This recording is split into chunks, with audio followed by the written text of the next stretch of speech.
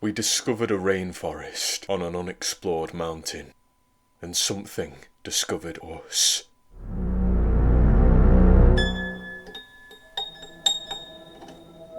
The second worst mistake was arriving. The worst mistake was leaving. There's a certain arrogance to human exploration, driving the flag into the dirt first, as if that means a thing. Of course, I'm not entirely cynical. Charting the world is about more than greed and glory. It's about overcoming that ancient fear of the unknown. Mapping every plot of land so there are no more hidden crevices to keep us up at night. Nonetheless, our endeavours are selfish, and we have for many centuries blindly considered ourselves superior. When discovering new land, we haven't considered a haunting possibility. That something other than man may have already staked a claim. Temper your expectations, our expedition leader, Dr. Crenshaw, warned loudly as we scaled the cliff face of a 1,000-metre-tall mountain. I grunted whilst finding handholds and footholds in unreliable nooks. We were ascending no ordinary mountain. The rock-formed skyscraper jutted from the dirt like a square, or perhaps a squircle, poking out of a sorting cube's hole. It was a flat-topped mound rising almost unnaturally out of the ground-level forest, a misshapen mountain sprouting bushy trees, like hairs from its level head. That old-growth rainforest would, we hoped, be untouched. We wanted to discover it before anyone else. It was an Inselberg, meaning island mountain. Such natural formations, which tower above flat land, are difficult to climb on account of their near-vertical sides. That was why we doubted any early humans would have managed to reach the top of the berg. We were ecstatic to be the first explorers to tread on that sky-high soil. An undiscovered piece of land is a rarity in the 21st century. It took nearly 2 hours to reach the mountain top. Crenshaw was the first to disappear over the sharp edge. He crawled onto the grass, unclipped his carabiner, and gasped loudly, prompting Howard Williams, Rachel Garcia, and me to speed up a little, as we were eager to experience that momentous event for ourselves. I was the second to cross the threshold and see the rainforest in reality, rather than a photograph. I pushed up from the grass with my palms, and my jaw fell as I stood, as I witnessed the splendour of the wooded ocean ahead, a canopy of leaves nearly entirely blocking out all sunlight, creating a sense of calm in the forest, a sense of peace that we were about to disturb. This was a team of biologists and researchers who had spent years following in the footsteps of others. We did not stop to think. We were all enchanted by the possibility of doing something original, the possibility of making history. "What do you think, Steph?" Howard asked me as he collected our climbing equipment. "It's pretty," I said, brushing mud and debris off my clothes. My colleague rolled his eyes. "I was hoping for something a little more, scientific." "And I was hoping for more than 30 seconds to conduct my research, Howard," I teased. He chuckled and replied, "That's fair." "Oh, I'm eager to see this cave," Rachel said. Dr. Crenshaw pointed ahead. "Well, if we push onwards, we'll be in and out before nightfall." "You seem confident," Howard said. "Do you need a moment to get your bearings?" "Not at all, Williams. I've been studying the aerial mappings religiously for the past month," Dr. Crenshaw said. "To the detriment of my health, I must admit." "Yes, it was a little disconcerting to have a yawning man climbing directly above me," I pointed out. "But after watching you work for so many weeks, I don't doubt that you would be able to sleepwalk your way to this cave." Our leader laughed, letting a glimpse of emotion loose. "I won't argue with that, Miss Smithson. Come on, let's get moving." Crenshaw was such a tightly wound man. I was relieved to see him letting his muscles loosen, letting himself enjoy something. He rarely looked joyous. His hunger to climb this Inselberg in Mozambique was driven by necessity, not desire. It was an itch he simply had to scratch, no matter how apprehensive he felt. He wasn't a cold man. In fact, I'd always viewed him a little as a father figure. Stoic and silent, but layered. I wanted to help our leader, wanted to ease some of his anxiety about the excursion. That was why I rushed through the tall mopane trees of the forest, which formed a sun-obstructing canopy overhead. Why I rushed to catch up to Crenshaw. The man was twice my age, but barely broke a sweat. His pace was hard to match, so I settled for tagging along just behind him. "This is a historical moment," I breathlessly said. Crenshaw grunted. If, I repeated between heavy pants. "If we haven't been beaten," he finished. I shook my head. "We haven't. I'm sure of it. We were the first to locate this forest with the aerial technology and "I'm not talking about recorded history," Dr. Crenshaw interrupted.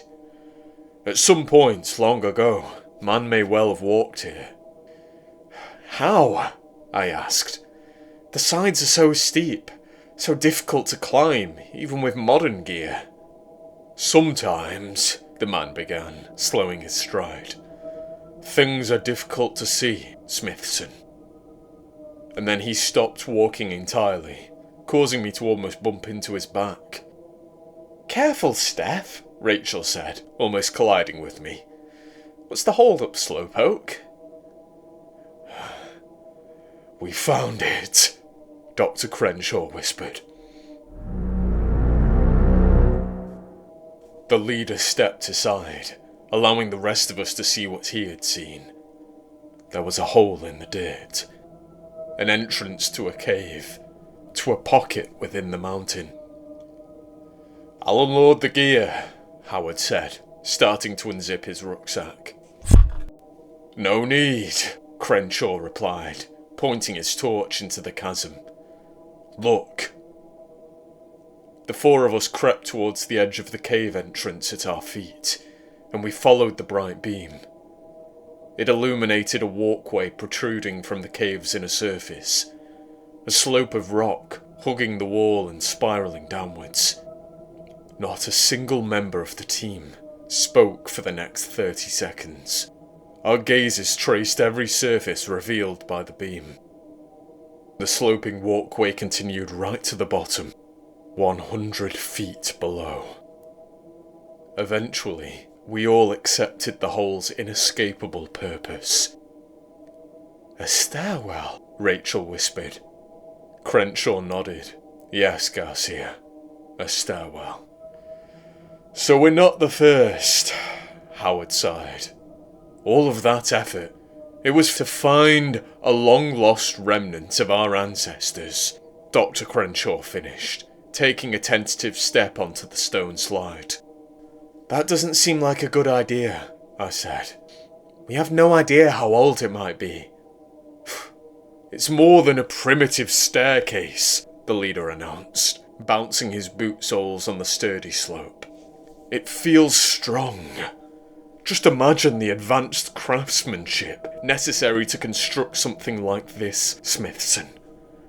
Those ancient hands could have merely carved a tunnel into the cave's wall. But these people opted to attach stones, join slabs of rock together to form this intricate ramp. Imagine what marvels might lie below."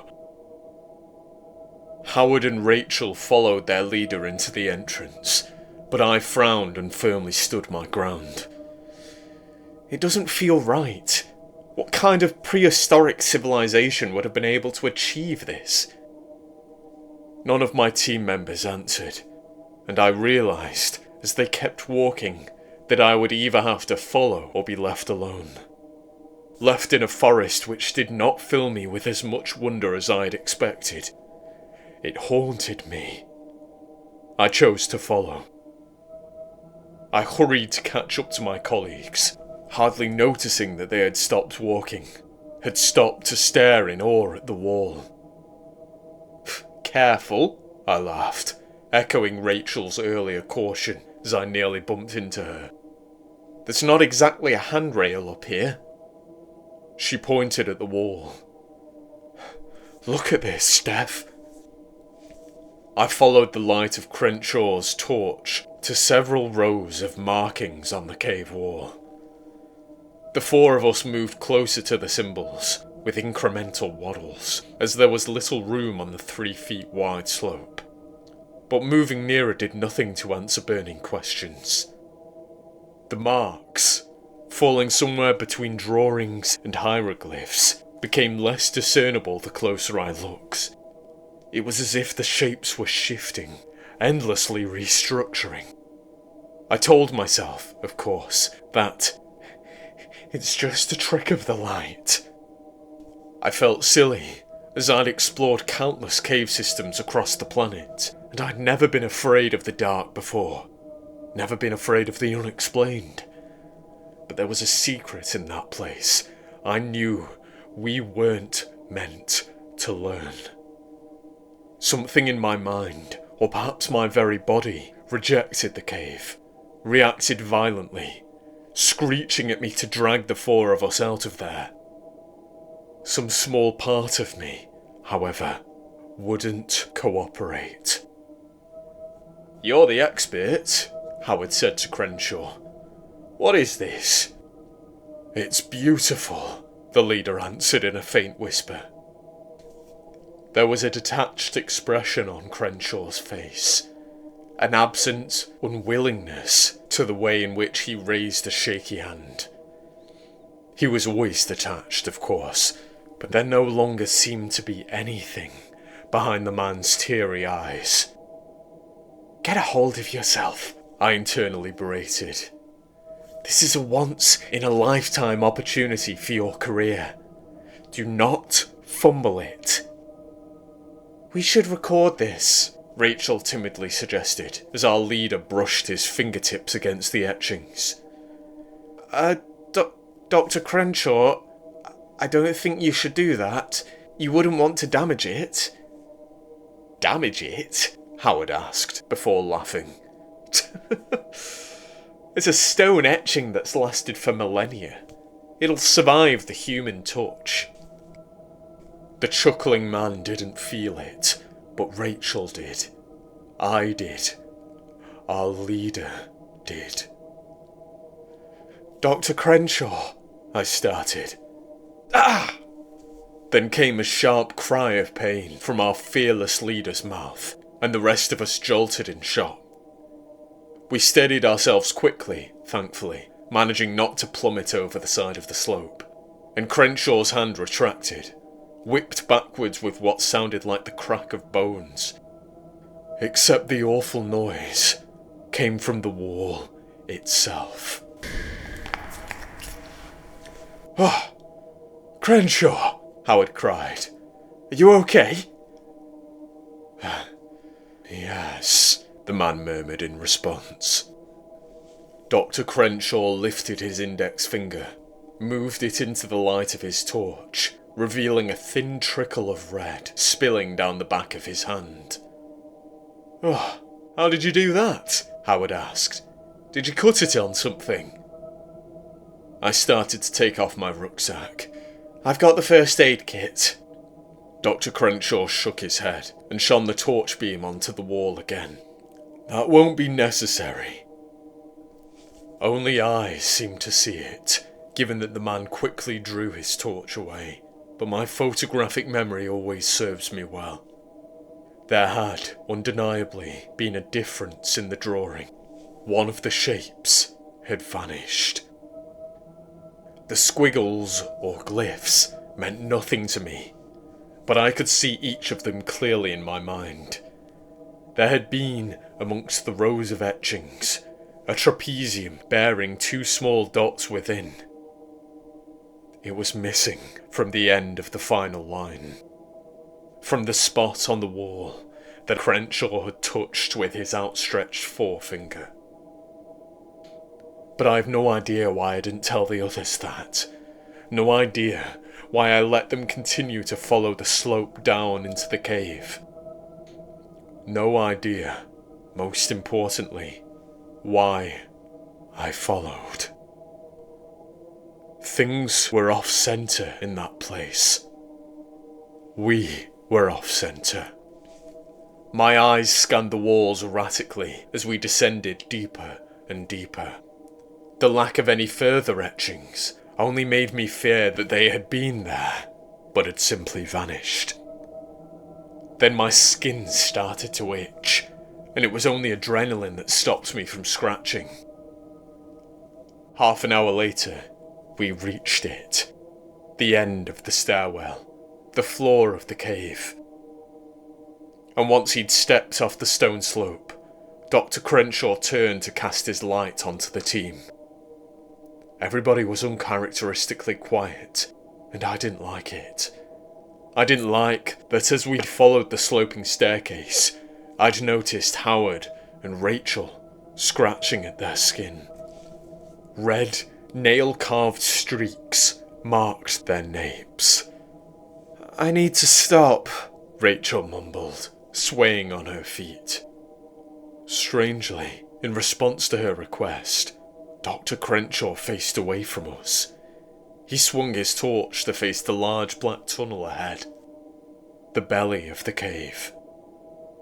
By my estimations, this tunnel could only be, at most, 30 acres long, the leader said. At a brisk pace, we could reach the end in half an hour. We must soldier onwards, Garcia.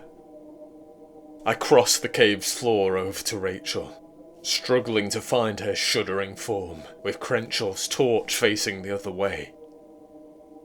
The man was just standing still, staring into the dark mouth of the cave. Its real mouth, not the stairwell we'd followed. By the time I reached my colleague, my eyes had adjusted to the dim lighting. She looked pale. Even in the darkness, that much was clear.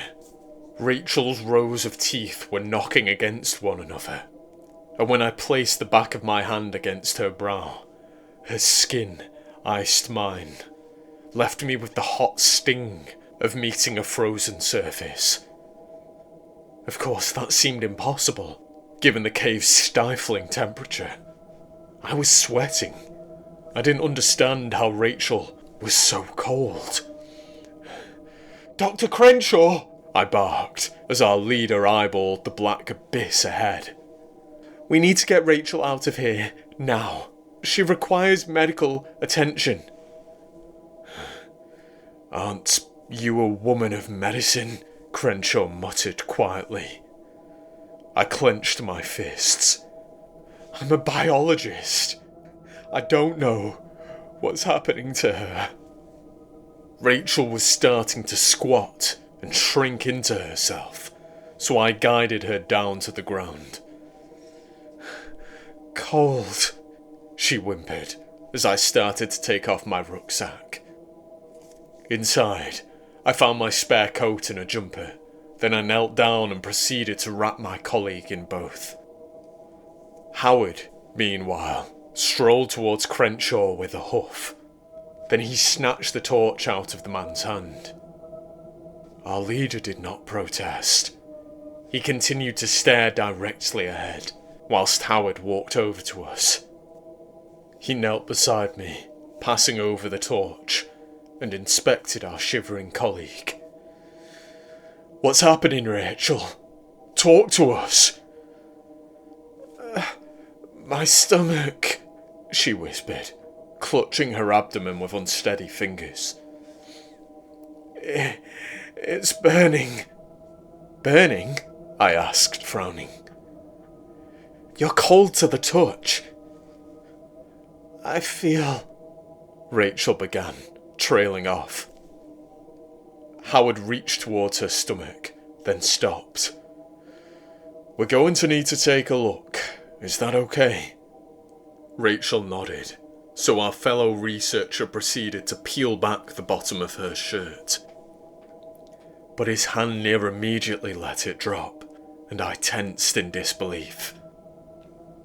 I'd expected swollen skin, maybe a bruise, a cut, or something that would explain, in an understandable manner, what was happening to Rachel. Something within the realm of known science.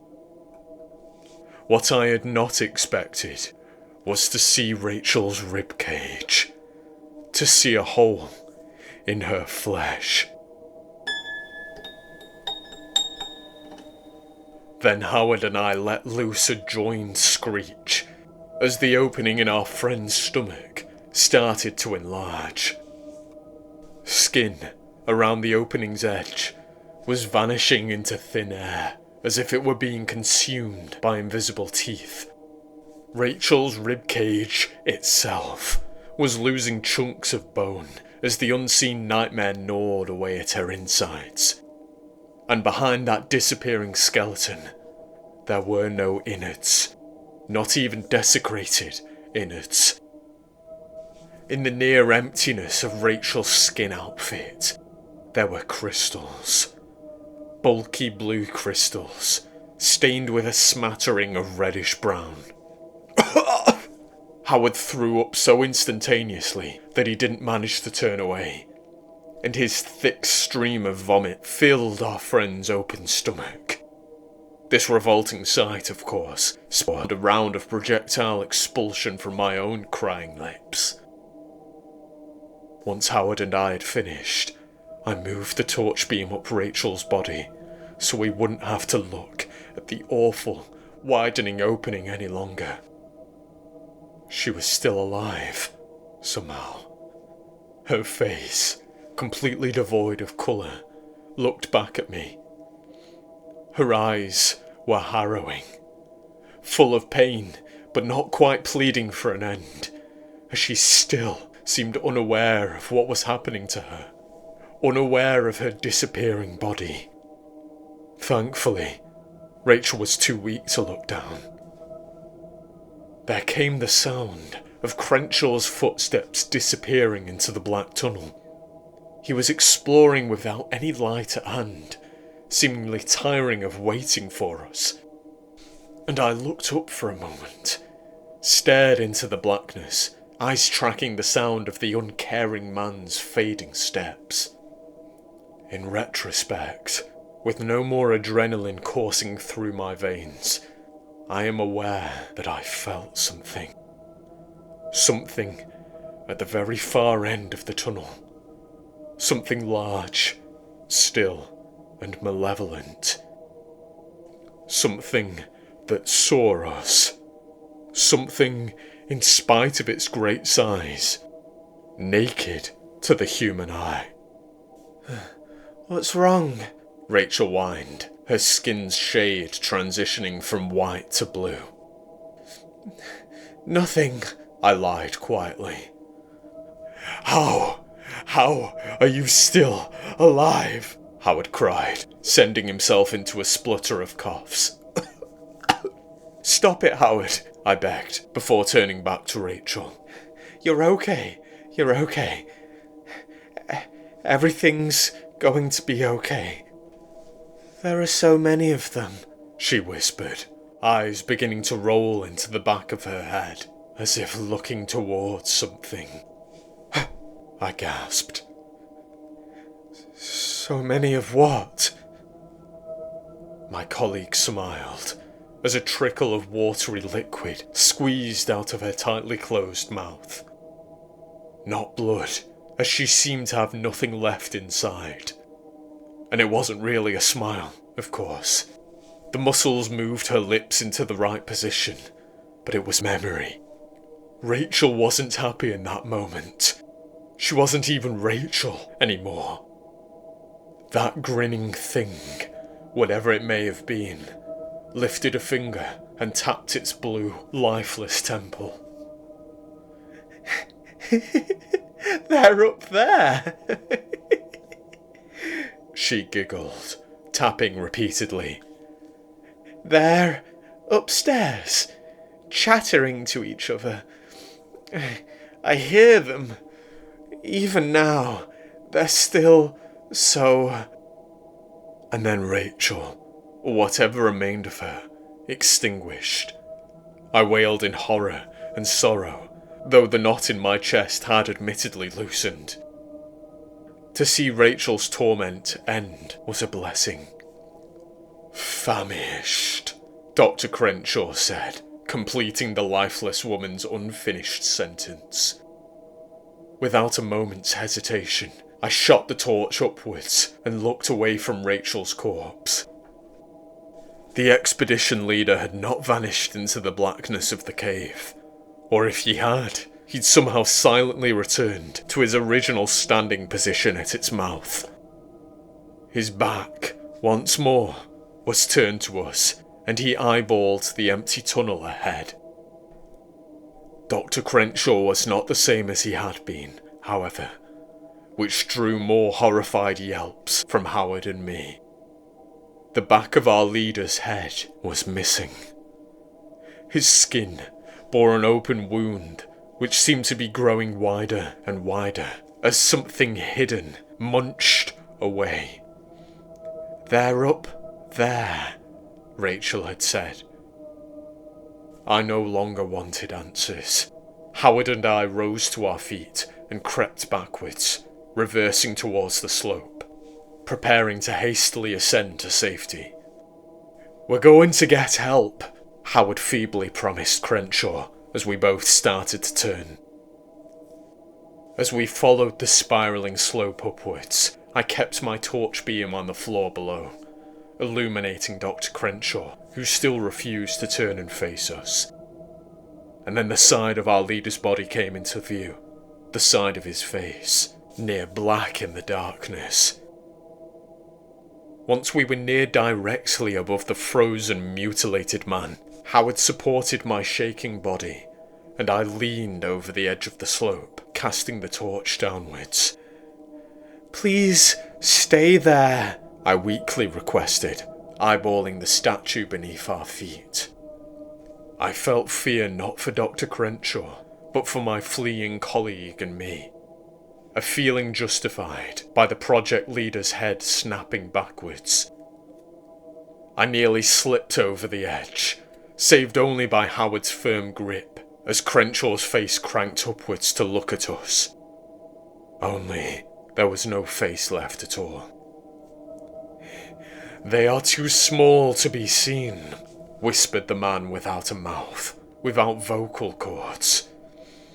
"We enter their home, and they enter ours." Dr. Crenshaw's eyes sat above a stretching opening in his face, what had once been his face. His mouth and nose had been consumed by that unstoppable, unseen mass. Then, when the wound eventually swallowed his eyeballs, I watched each of those tearful spheres turn into red and white mist. Mist eaten, like everything else, by thin air.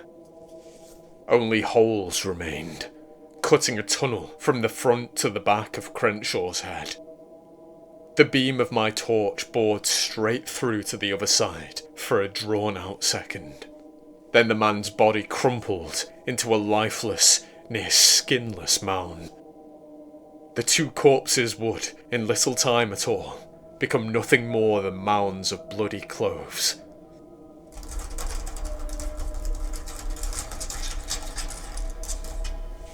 Then came skittering from the cave's bowels. A cacophony of overlapping taps and scratches, which sounded to me like an untold number of feet. Tiny feet, moving at an unfathomable speed relatively to their mass. Howard and I saw nothing of the sort. However, they are too small to be seen. What we did see, nonetheless, was a darkening floor 10 feet under our vantage point on the staircase. Some mass of enormity was approaching. A billion battalions of things only visible once they had collected in immeasurable numbers. Scientific curiosity did not get the best of us. We did not wait to see the unknown things up close. Howard and I rushed up the spiral staircase, rushed at such speed that we nearly tripped over the sides, falling to our deaths. Perhaps that would have been less painful.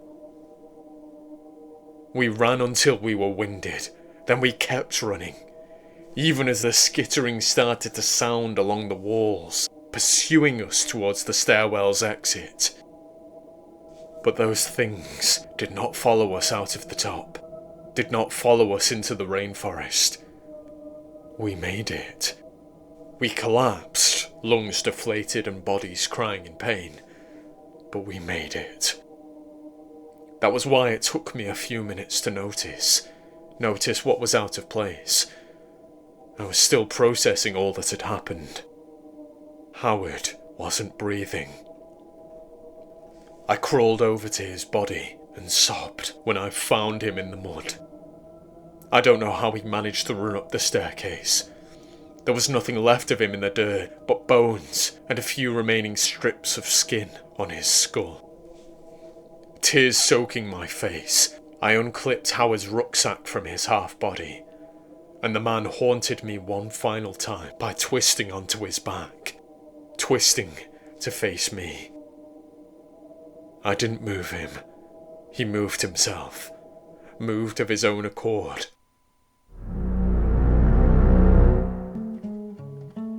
The rest is a blur of physical and mental anguish. I'm amazed that I'm here to tell this tale at all, that I made it to the airport, flew back to Paris, and collapsed onto my bed. Precisely 90 hours and 100 missed calls later, the adrenaline seems to have evacuated my system. It was only tonight that I found myself gripped by a fresh horror. I woke around 2 a.m. to the return of that unfixable itch. Before, it was barely a tickle. Now, I'm burning alive, but I'm so cold. I keep scratching, and with every fresh scratch, clumps of skin come away. Wounds form, and they grow on their own. I am being consumed from the inside out, eaten by things too small to see. I don't know how I survived so long whilst the others perished so quickly. Don't know how I made it down the mountain, onto a plane and back to France. Except I do know. I hear the talkative voices in my head. The voices which serve that ginormous thing back in the cave. The thing which watched us from the dark. These creatures did not kill me quickly. They wanted me to return to the world of mankind. Wanted me to transport them out of their cave. They needed a host. And now they are the explorers, discovering our world, our home. A place that, for whatever reason, they weren't able to reach until I entered their den and carried them free. We enter their home, and they enter ours. If I'd known, I would have remained in that isolated sky forest to die. But it's too late now. You see, I noticed it on the plane, but I thought I'd lost my mind. Thought I'd simply been affected by the trauma of what I experienced at the bottom of the stairwell. I wasn't imagining things. The passengers started scratching their flesh. By the time we reached Paris, every last person on that flight was clawing irritably at their skin. It's out in the world now. You're not safe. Nobody's safe. Because these things are too small to see. Too small and too quick. Forgive us for what we did. I am sorry.